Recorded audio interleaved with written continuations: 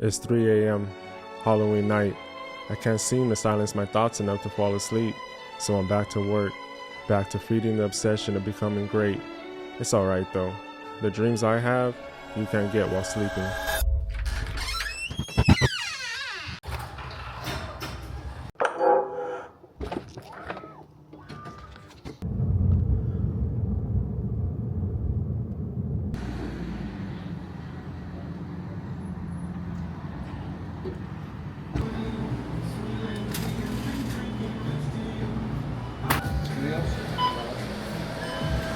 Alright, so I ended up at this park right here. We're just gonna walk through it and keep chopping it up and stuff like that. There's nobody here. Coming up on like 3:30. Kind of cold out here. It's been really hard for me to sleep lately. Like, I'd be ready to sleep, I'd be so tired, and then I just get one idea, then another idea, and it just keeps snowballing and snowballing and snowballing, and I can't control it. I don't know if I'm the only one that has that or what. You know, I never told nobody this, but I had this dream that I could free the world from working a 9 to 5. I know it sounds crazy, right? I know, but I just feel like I can do it. I don't know, if I just get the right strategy, if I just perfect it, where I could teach anybody and they could become profitable. There will be no need to work. There will be no need to not see your family for 12 hours a day, come home, go to sleep, do it all over again. And that's why I've been working on my strategy for 3 years. You know, I've been profitable for a long time. I made millions of dollars. Everybody would just enjoy their life and ride off into the sunset. But I just can't do it. I prayed to God for this strategy. I prayed that he would teach me how to be a mentor and really teach people and really change people's lives. And he blessed me with that. Who would I be to turn my back on him now once I got everything? There's no turning back. I don't care how crazy it seems. I feel like that's the quality that sets me apart from a lot of people. You know, a lot of people try to be a trader. A lot of people try to be a millionaire, but they can never do it because they're not crazy. You gotta be a little crazy, a little psycho to make this shit happen. To come from where we come from, the dirt, nothing at all, dirt poor, not having food, donating blood just to get money to buy bologna and noodles and water, just to survive, and to think that you can become a millionaire and then actually do it, actually keep your word. You know, I remember when I was a kid, I walked into my mom crying, and I looked her in her eye and I told her, I'm gonna grow up one day and I'm gonna take care of you. I'm gonna take you away from this abuse, this depression, these health scares that you have. I'm gonna make it all go away. And I did. My wife sat me down one day and told me what everyone was saying behind my back. Everyone was calling me a loser. They were calling me broke. They said I'll never be nothing, telling her to leave me. My own family, the ones that are supposed to care about me, were telling her to leave me and find someone better. I'm never gonna amount to nothing. I grabbed her by the hand, I looked her in the eye, and I held her close, and I told her, one day, I'm gonna prove you right. And you're gonna be able to brag about me. You're gonna be able to be proud of me. You're gonna be able to show me off and say, he did it. I told you guys he was gonna do it. I told you. And now she can. I did it.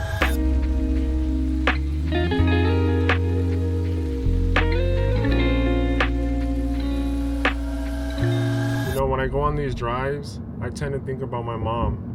I think about my wife. I think about my daughter. And I can't let them down. Everybody's counting on you. And I can't even count on a setup to form. I can't count on the market to be acting right. Anything can change everything. News could come out.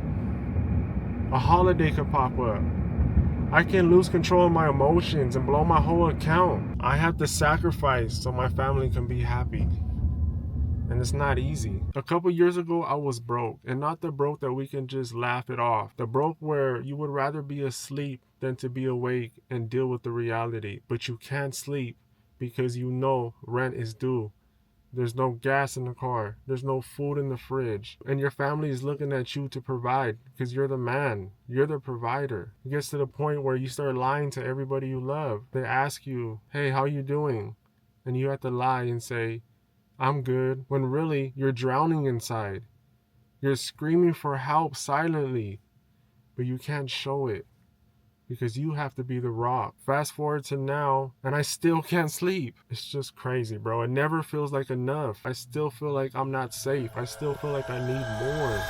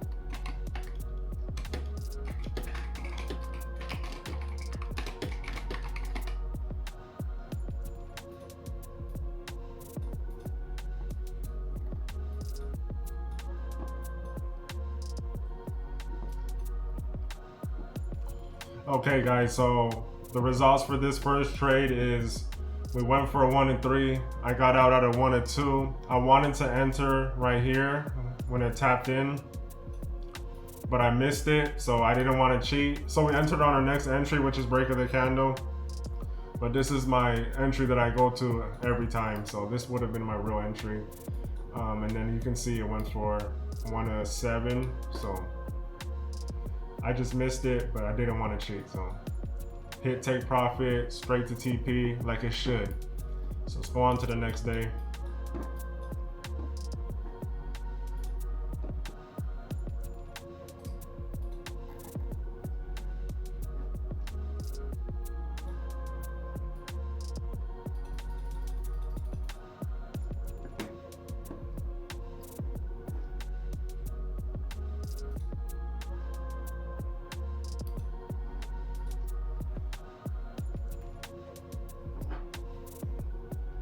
So right now I'm writing down the results for my trade before I move on to the next one.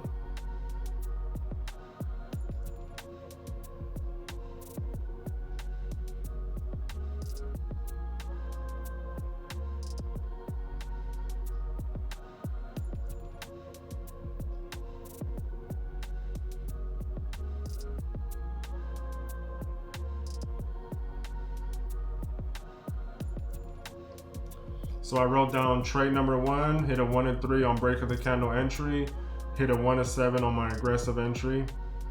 So right now I'm trying to just keep track of the risk to reward to get an average, so I know what's the best risk to reward to go for every single time. So that's what I'm going for. I already know my strategy works. I'm just trying to figure out the risk to reward. What's the best risk to reward? What are we gonna hit most of the time? So let's go on to day 2.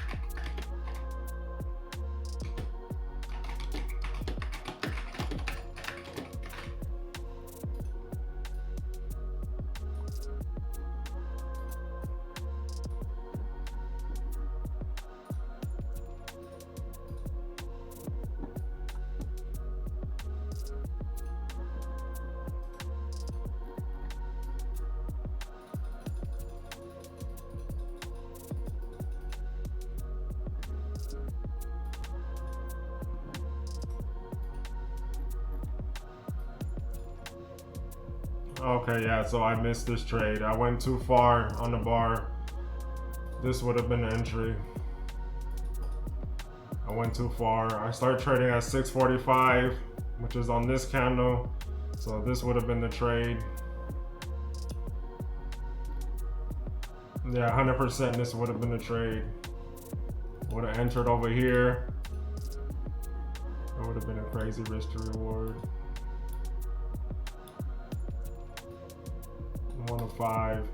Damn, I missed it. It's the only thing about backtesting. You push that button one too many times, you miss the trade. All good. Just go to the next one.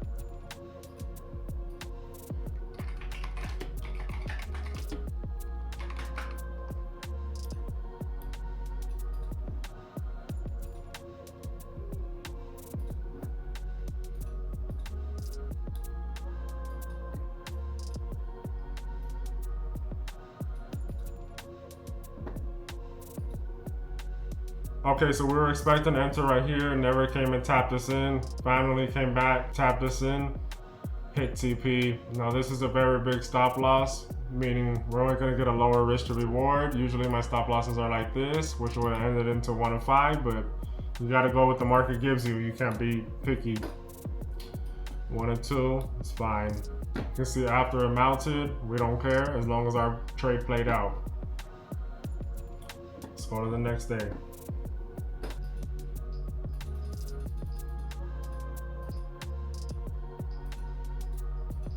I see that my camera's about to die, so we're gonna keep back testing until it dies, and then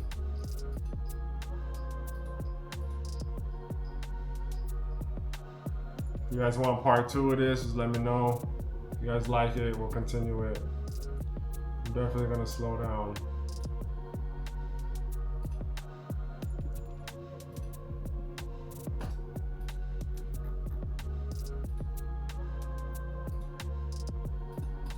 So right now in my head, I'm saying slow down, slow down, slow down.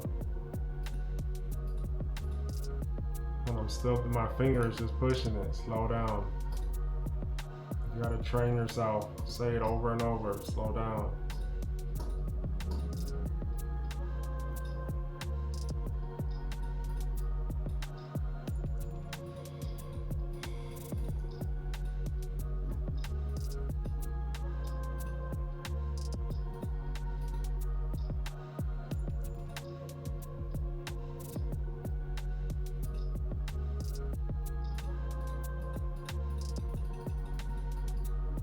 We just left. I was definitely looking for buys. Who else you know getting the daily buy is right like that every time? I'm literally hurting myself by rushing it, and I'm seeing this, it's kind of clear. It's like, you know what I mean? Every day you're at battle with yourself. You know what I mean? You're going off your instincts, you're going off feelings when you need to go off data, statistics. You win enough battles, you win the war. So you see how this one I slowed down? I didn't get my setup, but I slowed down, so that's a win for me. You gotta keep improving. You can't just see the faults and not fix them.